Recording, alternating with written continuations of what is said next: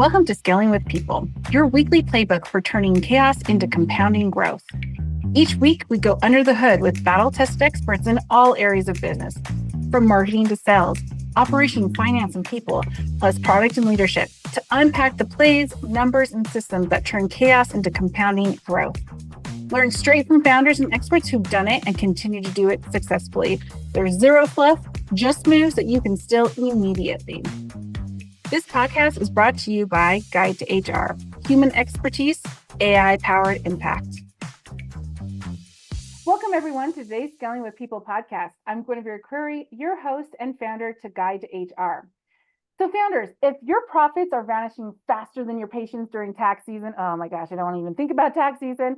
This is a podcast for you. On today's Scaling with People, we're joined by none other than Natalia Zacharin, founder of Zacharin Consulting, which is an elite accounting firm that's rewriting the rules of financial clarity. Natalie is on a mission to help business owners stop flying blind and start building resilience, profitable enterprises with confidence. Today, we're going to be digging into the top 3 financial habits that fuel long-term success, expose the silent killers that drain your profits. Oh my gosh, I hate those. And revealing the most watched metrics that actually move the needle. Oh, that's really important. Because if you don't know your numbers, you don't know your business. And that's what Natalia's here to make sure you do correctly. So strap in. This is a cash course in financial mastery, and it starts now. Welcome, Natalia. I'm super excited to have you on this. I'm ready to dive in and geek out numbers. But before we do, I'd love for you to introduce yourself to our audience today. Absolutely. Thank you for having me, Guinevere. I'm really excited to be here. I love geeking out on numbers. And if some people feel a little triggered sometimes and don't know what to expect, don't worry. We're going to help you become number geeks as well. So my business started in really technically my first client that I got was in January 2019. I was still working full time at the time for another corporation. Kind of saw the writing on the wall that I wasn't going to be able to light the world on fire. I didn't really have opportunities there. A single mom, not making any money on really, barely could make ends meet. So my now fiance, who was my boyfriend at the time, said, "Why don't you start your own business?" And that's kind of where it started. And it started with just thinking, oh, I'm just going to do this on the side for a little bit of extra cash. I can do some bookkeeping, at night and weekends and whatever. And it morphed in a very short period of time into a multi-7-figure business with 12 employees 5 years later.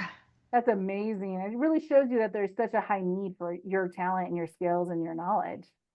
It is, but I think that part of it also was because I got really good at doing sales and really listened to what people were telling me, and I kept changing what we were doing and not changing it like every single time and not necessarily tweaking it every time, but taking that information and finding what were those main pain points that everybody kept telling me over and over again on the sales calls, and really changing those things. So we are very different from the rest of the industry because of that. I love that. Okay, so we teased up to our audience. We're going to talk about 3 financial habits that can fuel long-term success. Let's talk about the first one. What is this first habit that we as founders should be doing? So I really believe in sales. As you Sorry, just founders. said. I now have a sales team, but I did all my own sales for the past 5 years. I just hired someone at the end of last year. Really getting good at sales is extremely important. I'm sorry if you hate it. I'm sorry if you don't like it. But as a founder, that's something that you should be really good at. It is, you are the only one that has skin in the game, and Yeah, you are going to be able to sell your product and or service better than anybody else. That's also a way to know that once you get good at it, that you know who to hire because you know if they're good and you can help train them because salespeople are very good at selling themselves. They're not necessarily good at selling your stuff. So you have to get really good at sales. And my recommendation is to not hire someone to be your salesperson until you're crossing over 750,000 in gross revenue annually. That is usually when you should start thinking about it. So getting good at sales is key because that is what gives you the most options and moves the needle the furthest. Yeah, that makes sense. And you're right. I do cringe when you say that. I'm like, oh, she's so right. I got to get better at myself. But, and I think we probably have some listeners that are in the same, oh, man, really? Yeah, We're not even talking numbers and we're already cringing on this I call. know.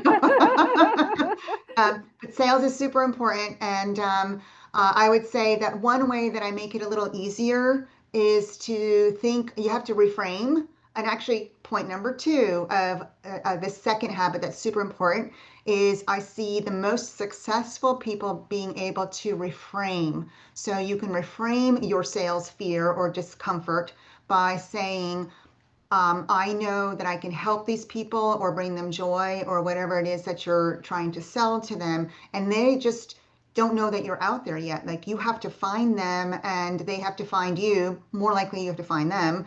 Yeah. And then they'll be happy that you found each other. So if you have something of value, there's no reason why you should be cringing. You should be excited to see how many people you can let them know about what you're selling. But resilience and reframing is really important because business ownership, as most of you already know, is just a bunch of roller coaster rides, up and down, up and That down, feel up and like more down. like down than up sometimes, right? Yes. And you have to be able to say, oh, I can't do this. This is tough. And saying, I don't know how to do this yet. And I need to learn it. It's a skill. I just need to figure it out.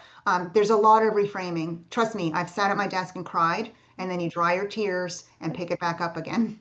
Yeah, that is so true. And I love that when you say yet, you don't know that yet. And that's so true. Like if most founders are in entrepreneurial, they're going out wanting to resolve something for someone else. So there are other people out there doing the same thing for you as a founder, right? So learning from them, bringing them in and continuing to grow, I think is a key in order to grow your business. You have to grow yourself.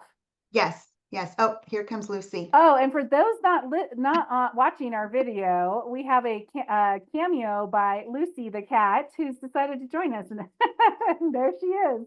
I love Sorry it. about that. I can't control the cats anymore. They're All uncontrollable. good, all good. I love it. Okay, so Um, that was the second one. What's the third one? The third one, gosh, there's so many, but I think the third one is surround yourself with people and learning.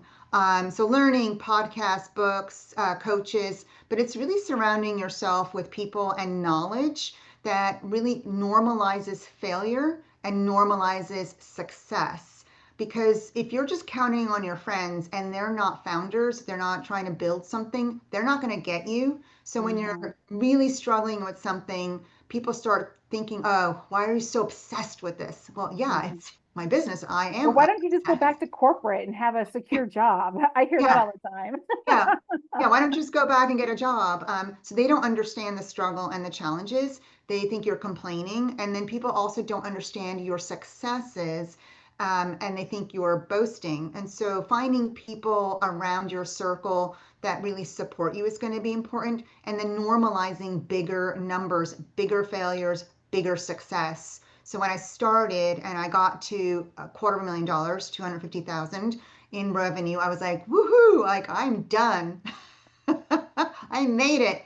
And then I realized I really wasn't making it and I was working really, really hard. And I thought to myself, and only because I was surrounded by very, very successful people who were in the Mhm. multi-millions, I Yeah, thought, you know what? It's actually not that much harder to keep going. I just have to figure it out. And yeah. so um, that only happened because I had people around me that were already there and were like, hey, girl, you can do it. Yeah, yeah, exactly. And they've been there and done that can help you tease out like where you should step or where you should not step and fall down that hole, right? Yes, exactly. Yeah, yeah. So let's shift gears and talk about profits and exposing some of those silent killers that can drain our profits. And I'm internally already cringing because I think you're going to list things I know are already draining my profits that I need to go deal with. But for those listening, what are some of those things that we should be paying attention to or go and figure out how to like get out of our business? Yes. So the first thing we're going to talk about is the top line of the profit and loss statement, the income statement, and that's pricing. There are a couple of things in pricing. So first of all, are you pricing well and with the value that you are bringing? Is your pricing for your service or a product correct? Do you have the right mix of products and services? Are you taking a look at that? Like, are you just lumping everything in? And maybe you have something that you shouldn't even be selling at all because it doesn't make sense to. So pricing is really important. One way you know if your pricing is correct is looking at your profit. If your profit's low, look at pricing first. Maybe you just don't have enough business. Here comes lead generation and sales again. Or maybe you're spending more money, and we'll talk about those Mhm. other profit drains. So pricing is the first one. And we all start And out with, oh, sorry, go ahead. yeah, no, and I also have heard, pricing, if you have too much work for you, you're probably underpricing yourself. If you Yes. don't have enough work for you, you might be overpricing yourself If you in the have market. too much work, or if everybody's saying yes, so you're like, everybody you talk to signs up with you, your price is way too low, like about 50% or less. So if it's a cold call, it's like 20% will say yes. If 80% are saying yes, your pricing's too low. That's for sure. If you can't afford your contractors or your payroll, if you have other people working for you, or your bottom line is not significant, your pricing's too low. If you're saying, I'm so overworked, I have way too much work, and I can't afford to hire anyone, your pricing's too low. Ooh, yeah. So there are a lot of indicators with that. A lot of us will price too low when we first start out, and that's okay because you're figuring things out and you're still not really sure about your value and of yourself. I realized, I think it was my second year in business, I was having way too much work and I couldn't hire someone. I looked at it and I was like, oh shoot, I can't afford to hire anybody. So I doubled my pricing. Uh, Yeah. and then I'll give you the next one we're going to talk about is payroll. But with pricing and revenue, I'll let you know that you shouldn't really entertain hiring a full-time employee until you're at least about 200 to 250,000 in gross revenue per person. So you're the first person. So if you're not Mm. clearing 500,000, you're not ready to hire someone I because you love it. can't That is afford it. great tip, right? And I can just hear some founders going, "Oh, but I'd be okay with only taking 100,000, not 250, 250." No, no, but you still like, yes, the whole point of probably what you're doing is you want to build and help and make this business successful, but you also got to take some money from Yes. that too. Yeah. Yeah, and you can't think of it of just like this is what I get to keep 100,000. No, because the government's going to take their share. Yeah, that's true. Darn the So government. yeah, that We were bottom line talking is about not taxes a yours. minute ago. Yes, the taxes are going to be taken out. What about reinvesting back into the business? You need Yeah. that also. What Or about reinvesting in your retirement. in your retirement savings? And Hmm. then savings, retirement, investment for your future, reinvesting into the business to keep making it better and growing it. And then there's also, what if you have a couple bad months? Yeah. Yeah, Yeah. you do need a little, you need to be a squirrel and save away your nuts for sure. Yes. So that pricing has to be pretty high. If the next thing we're going to talk about is payroll. When we mentioned like when it's time to start hiring people. So depending on your industry, because it could be a little bit different, and depending on uh, if you're a service-based business or a product-based business, I would say that your payroll, you should look at the ratio of payroll to revenue. This includes you. Now, if you're a sole proprietor still and you're not taking payroll because you're just an LLC or sole proprietor and you're just taking owner draws, that doesn't count. That's a cash flow concern though. But once you start hiring people, you want to look at your payroll to revenue ratio and see what that looks like. And for service-based businesses, like if you're an agency, if you're doing some kind of service, even if you're doing like HVAC and an electrician or whatever you're doing, we're looking for a 30% payroll to revenue ratio. Um, the So closer every it gets, 100,000 revenue, you have 30,000 in payroll. yeah, exactly. So we want to, some people it'll be a little bit higher. Product based, it probably maybe a little bit higher because they've got like all the cost of goods sold also in there. Um, but the minute your payroll to revenue ratio is too high, and your payroll is going to be your most expensive. People are going to be your Yes. most expensive. So you want Yep. to look at that. What does that number actually mean if all your money is going into your people? Pricing might be wrong, might be off, but also this is an indication that there's someone on your team might not be performing as efficiently as they should be. or it could be they don't have enough training, maybe they're not a good fit, maybe they're not quick enough to do the work that you need to do, or maybe they're not working all the hours they're saying they're working. Like there could be anything. It could be a Yeah. mixture of things, but it's kind of like it's a sign that you need to look at something. And Yeah. then, so profit drain number three, we all get super, super busy. We buy a bunch of stuff, we have expenses, and then we forget and we never Yes. use things. Guilty. That's the one I knew you were going to call out. I'm like, oh, she's going to call this one out. And I'm already thinking about like, I got to go back to my credit card and find out what's reoccurring that I can kick out. Yes, they're like everybody wants a subscription on everything that you purchase, like all of your software, all of your everything. So you need to take a look at that. It's not going to always be a big number. I just realized, I said this on the other day. I just realized I was paying for Voxer. It's not even really being used anymore. It's an app, a hundred Yeah. bucks a year, and since it's only an annual payment, I completely forgot about it. I probably signed up for it 5 years ago. And I just saw it and I can't even figure out how to get rid of it. I signed up for it on a Samsung phone. I have an Apple now, so I have no idea. Oh Um, my gosh. but it's a Call a hundred credit dollars. card company. Tell them not to ever accept the charge again. Yeah, yeah, and it's only $100 a month. I mean, a hundred But it bucks adds a up. year.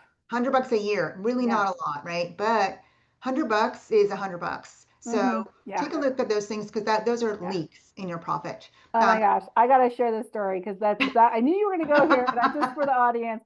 So when I started talking to my partner and talking about her coming on board, and then I had to kind of get my act together, right? Because now she's gonna want to see how are we spending money, what are we spending money on, is that the right thing, and how are we like the pricing and all that kind of stuff. And through that activity, as I was preparing to get this in front of her, and as we were going through it, I was like, oh, I could cut that out. Oh, I don't need that anymore. Oh, and I think at the end of the day, those $100 they added up pretty quickly, and I think I found maybe about 10 grand for the Yeah, year. And it's just like, yeah, you see it $20 here a month or 100 a year, and it's like not a big deal, but it adds up quickly. it does add up quickly, and I'd rather see people do something that brings them joy. Like if you Yeah, want to go to Starbucks every day for that $10 coffee, do it. yeah, But why pay for stuff that you're not really using? That doesn't exactly. make Hey, that sense. could be a great vacation. I mean, $10,000, that's a nice, week, Yes, 2 weeks somewhere really fancy, or longer trip somewhere else that's not so fancy. yes. Or reinvesting. Or So yeah, or that too. Fine, Natalia. Let's go back yeah, to business. Okay. reinvesting either in your Reinvest it. business or in savings. I do want to say one other point about profit drains, but also how to improve your business with the reinvestment. Those of you that are using any kind of sales or marketing, if you're paying for marketing or advertising, I don't know, Facebook ads or online ads, you really need to look at your return on investment. Mhm. How many leads are you getting? It's not clicks. It's how many people are actually getting on your calendar and how many people are you closing is what's really important. There could be a huge profit leak there. Yeah. And you really, really have to watch that. So if you hire a marketing service, you have to make sure they send you all these reports on a weekly basis. And then if you're still not getting business, like you need to go after them and tell them you're not getting what you signed up for. They need to fix it. Yeah, Need to speak to exactly. you. Yeah. And if you're more of a penny pincher, right, there are ways to do it through a lot of AI tools out there. I'm not going to say that that's the only way you should do it. And certainly, I think that there is a lot of value in bringing agencies because they are the subject matter experts and they can help form. But maybe there's an opportunity to do a partnership where they cost less because you're using AI and then you're having them validate or, enhance it or whatever it might be. Yes. So, yeah, And a think little outside the secret, box. I do my own marketing right now because I'm trying to figure it out. Yeah. Well, and that goes back to what you said earlier. One of the financial habits, right, is to be a salesperson because in order to know what you're looking for when you hire your first person, you need to understand it. If you're hiring someone and you don't understand it, then they can just totally, put the wool over your heads and you're Yes. just paying for it and you think you're getting something where you're not. Yes. I had a hard lesson. So I've done my own sales, but I hired someone else for marketing. Very good marketing company, but it just wasn't happening. And Mm, I spent over $100,000 before I yeah. said, What's you happening guys here? got to go. Yeah, yeah. And that is hard. I mean, marketing I think is one of the hardest ones because it's an art form and it does take time to start seeing things come through. But like after 3 to 6 months, you should be seeing something, some kind of Yes, improvement that's leading towards what you believe to be a lead that's going to say yes to you. yes, yes, Yeah, yeah. Oh my exactly. gosh, so many good tips. I feel like there's so much more. Okay, so let's dive into metrics because for those that know me and my audience, that I'm an actuarial mathematics major by education, so it's kind of weird that I'm in HR, but I love numbers, metrics. Talk to me about what are the most revealing must-watch metrics we should be paying attention to move the needle for our business. So definitely, and I would say this goes back to the three habits a little bit too that I forgot to mention is you have to have accurate, timely bookkeeping. It has to be done right. Don't that's also an investment. Don't like have I don't know your girlfriend do it or your husband's mom or someone like that unless they're really good. Unless you know that they have an accounting background and they're really good. We see a lot of bad, incorrect bookkeeping that comes to us that we have to correct, even from CPA firms. So Ugh, you do have to make sure that your accounting is correct because that's where it all starts. That's the foundation. So what to look for when you know you have up-to-date financials, you do have to look every single month. So if someone is working on your bookkeeping and they're not done by the second week of the following month and closing everything out and presenting you with here's the balance sheet and profit and loss, you need to get on them to get that done for you. A lot of folks I talk to, especially when they're starting out, don't have any accounting at all. Look, QuickBooks. yeah, QuickBooks is not expensive. The beginning one is 35 bucks a month. It's really inexpensive. You can hire someone, especially if you're starting out for a couple $100 a month. It is worth that cost to get it right because it tells you where your break-even point is, how you're doing from month to month, and what you can afford. So you're looking at what I love to look at is percentages. So you have your revenue coming in. What is the percentage that you're spending on marketing, for instance? That shouldn't be more than 10 to 12% of your revenue. And then you should also see is it impacting your revenue? Is your revenue growing from this marketing if you're using marketing? So that's one metric to really look at. We already talked about payroll. Payroll should be closer to 30%. The closer you are to 30%, the better. That's going to show you how efficient people are. Now, again, if you're a startup, you don't have payroll yet, but let's look at contractors or anybody else that you're using to create your product. That would be, for instance, if you are a video production agency and you're hiring folks to edit the videos for you, that would be in your cost of goods sold. You want to make sure that you're charging, that you're not just paying them and then charging 10% more to the client. You probably need to charge the client 60 to 70% more than what you're paying them. Because you need to make enough money for all of your other costs going down the line, administrative, operations, taxes, profit that you want. So you need to look at all that.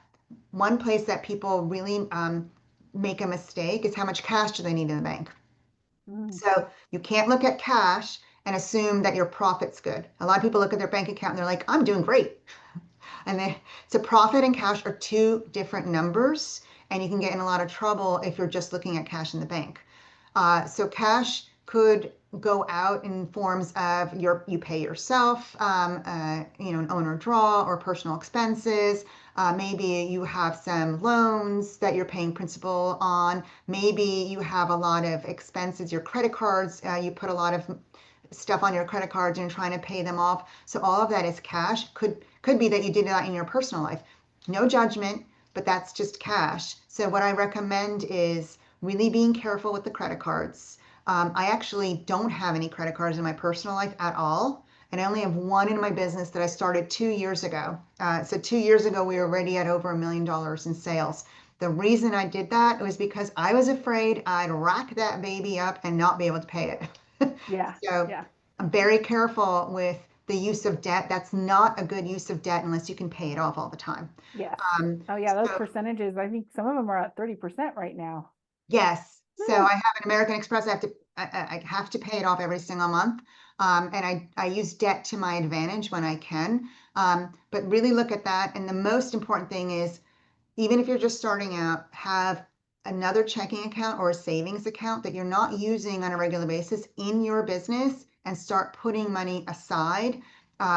you need to save up at least 3 to 6 months worth of expenses. That's really the goal, is to save up three. I feel like 6 months is actually the goal at this point because there's been Yeah. a lot of uncertainty this year. Yes. So saving 6 months worth of cash in your business is really key. That takes time. That also takes effort. Even if every single time you get paid, you throw $10 in there, hey, that's building up. So do Yeah. something. Yeah. Yeah. That's such great advice. Well, I feel like we could probably talk about this stuff forever. It's so Yes. much good tidbits you've already shared. But Natalia, as we wrap up, is there any last thoughts or tips or tricks you want to share with the audience today? I would just say that it's really hard to be an entrepreneur. And so I applaud every single one of you. Don't give up. Consistency is key. Do something that moves the needle every single day, i.e., sales, usually. Reach out to people. Sales, sales, sales. And she's not even a salesperson. She's a I'm not. finance person. I love it. This is Yes, great. but you can build your business. We didn't talk about this, but my background, I started the business the year I turned 50. And I did mention this. I was a single mom, and now I really focused on moving that needle every single day, and I wanted to close a certain amount of revenue. So I would really look at like, how many people do I have to talk to? How many times a week do I have to get in touch with someone? And if no one was on my calendar, I would reach out to people. That's really, really important. So I would say that. But also, I've got some giveaways for your. Oh, yay. We love giveaways. Yeah. Tell everyone how to connect with you. We'll put all the links into the bio, into the description, but go ahead and tell everyone. Yes, so it would be on our website, www.zaccharinconsulting.com/scaling people. So it's real simple for you guys to find it. And then we've got 2 PDFs there you can download. One is 7 ways to find money in your business, a little bit what we talked about today. The ultimate checklist for financial success in your business. I think you guys are going to find that really valuable. I use that for myself as well. And then there's a third item, a box that you can click on if you want to chat with us. It's our calendar link if you ever want to connect. Awesome. Okay, so I have one last question specifically around your business. Where, like, if the founders, the audience is listening, okay, this is all great. She seems really smart. I think I'd like to work with her at some point in time. What's the right, like, moment in time in my business growth that I should think about going from the QuickBooks and the CPAs of the world to bringing you on, even as a partner to all those things? What's Yeah. the typical time frame that is beneficial for the business, the way they can afford you, but also, be beneficial for them? So we do also start with just bookkeeping and payroll. We are almost like a small payroll company at this point. I would say at any point that probably starts to make sense. The fractional CFO piece is where we really sit down with you every single month and we analyze things and we look outside of QuickBooks and we build out projections. We build out those KPIs and those metrics. We build out graphs because graphs do something different to your brain than just looking at numbers.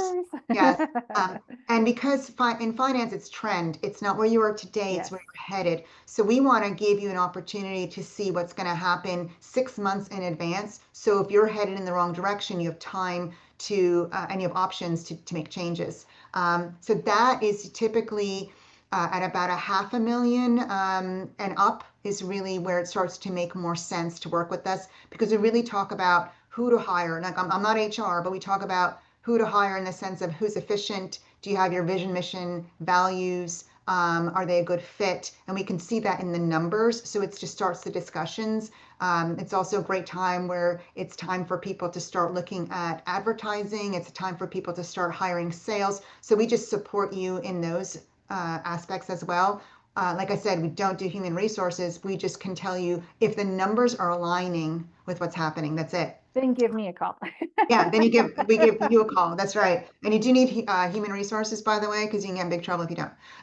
That is very true. Very true. I will say it's interesting because like how I'm hearing you describe how you partner with founders. I had a podcast that'll be a couple weeks ago where we were talking about board and the board members and what they're beneficial for. I almost see like you guys as being like a mini sideboard where you're coming in and really being a thought partner to the founder and understanding the numbers, but also seeing the trends and then talking through what do we want to do about this and how do we course correct, or this is great, what do we do to continue the momentum and continue growing? So I Yes. love that.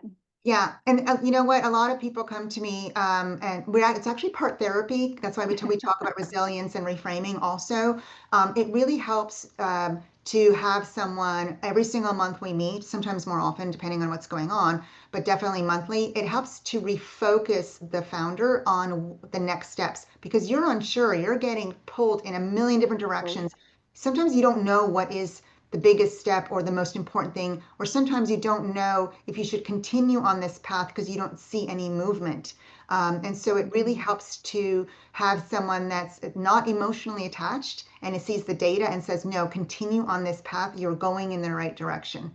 There's also a little bit of accountability too. Like if I Yes. know I'm going to be meeting with you in a couple of weeks and I'm thinking about subscribing to this a thing that I may or may not use, I might think about it a second longer before I hit, yeah, I'll pay for that. Yes. Because I know I'm going to have to talk to you about it. It gets uncomfortable. Like if you don't want to make any changes in your business and you don't want to grow, we're probably not a good fit because we're going to keep telling you that you need to grow and scale, and that's the way to go. We're trying to get you to build a sellable asset, I love build it it. to sell it. So if you're a lifestyle founder, this is not the conversation for you, is what I hear. Yes. Well, and I feel like, and lifestyle founders, it's great to do the bookkeeping for, but CFO services is really for someone that wants to build something to have a lifestyle because of that, not to have a Yeah. lifestyle while they're building it. Like I feel like there's seasons in our lives, and I have a lifestyle still. Like I get to travel, we travel almost monthly somewhere, but I'm always working. I still have my finger on everything that's happening because we're trying to double still every single year, and that takes a tremendous amount of work Yeah, it does. for me as well. Yeah. But I don't want to leave that to chance. And I also want to do it as fast as possible because I don't want to work when I'm 65 or 70. Yeah, exactly. Natalia, this was so great having you on the call today. Thank you for joining us on Scaling with People podcast. I hope the listeners found some great information. I know I did. And we'll put all the information on how to connect with you. And thanks again for joining us. And for those listening, I hope you have a wonderful day and we'll see you on our next podcast. Bye, everyone.